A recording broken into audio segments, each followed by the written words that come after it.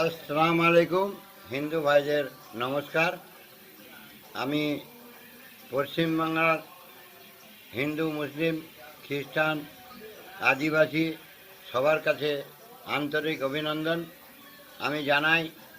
আজ ৭৫ বছর দেশ স্বাধীন হয়েছে। এই ৭৫ বছরে কি আপনারা জামা পরেননি? আপনারা কোনো ধর্ম করেননি?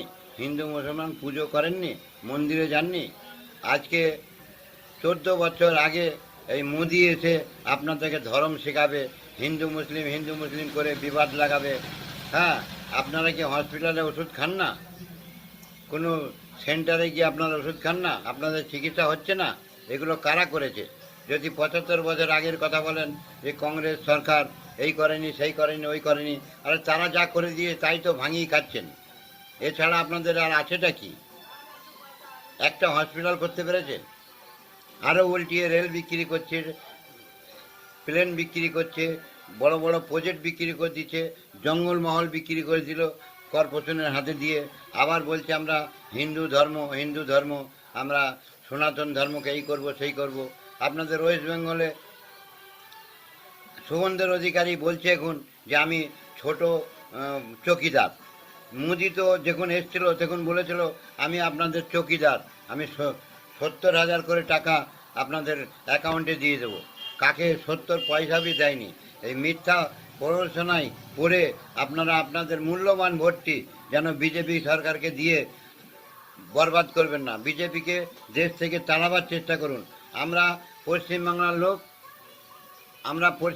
লোক, আমরা ব্রিটিশের সঙ্গে লড়াই করে দেশকে স্বাধীন করে ৭৫ বছর রেখেছি। এখন কি মোদির কাছে ধর্ম শিখতে হবে? না মোদি কোন কিছু করেছে? আপনি এত কোনো বড় বড় হসপিটালে যাচ্ছেন, গরিবদের ট্রিটমেন্ট করছেন, বড় বড় জায়গায় যাচ্ছেন, গরিবদের ট্রিটমেন্ট করছেন, হসপিটালে যাচ্ছেন, গাড়ি ঘোড়ায় চড়ছেন, রেল বিক্রি হয়ে যাচ্ছে, এলআইসি বিক্রি হয়ে যাচ্ছে, ব্যাংক বিক্রি হয়ে যাচ্ছে।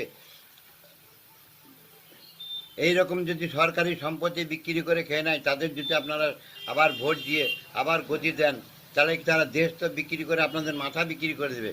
প্রত্যেক মানুষ আজকে জন্ম নিলে তার ১,৩০,০০,০০০ করে তার উপরে মাথায় দেনা পড়ে গেছে। এই তো ভারতবর্ষের অবস্থা। আপনারা বুঝে সুঝে আপনাদের ভোটটা দেওয়ার চেষ্টা করবেন। আমি ওয়েস্ট বেঙ্গলে ২০২৬-এ আমরা অল ইন্ডিয়া মজলিস ইত্তেহাদুল মুসলিমিন থেকে ২৯৪ জায়গাতেই আমরা পাখির চক্করে লড়াই করব। আপনাদের যদি মনোবৃত্তি থাকে ভালো, তাহলে আপনারা আমাদের ভোট দেবেন। বা হিন্দু মুসলিম কোনো এমএলএ মন্ত্রী চৌকিদার যা আছে, যদি আপনারা মনে করেন যে আমরা বিজেপিকে টিএমসিকে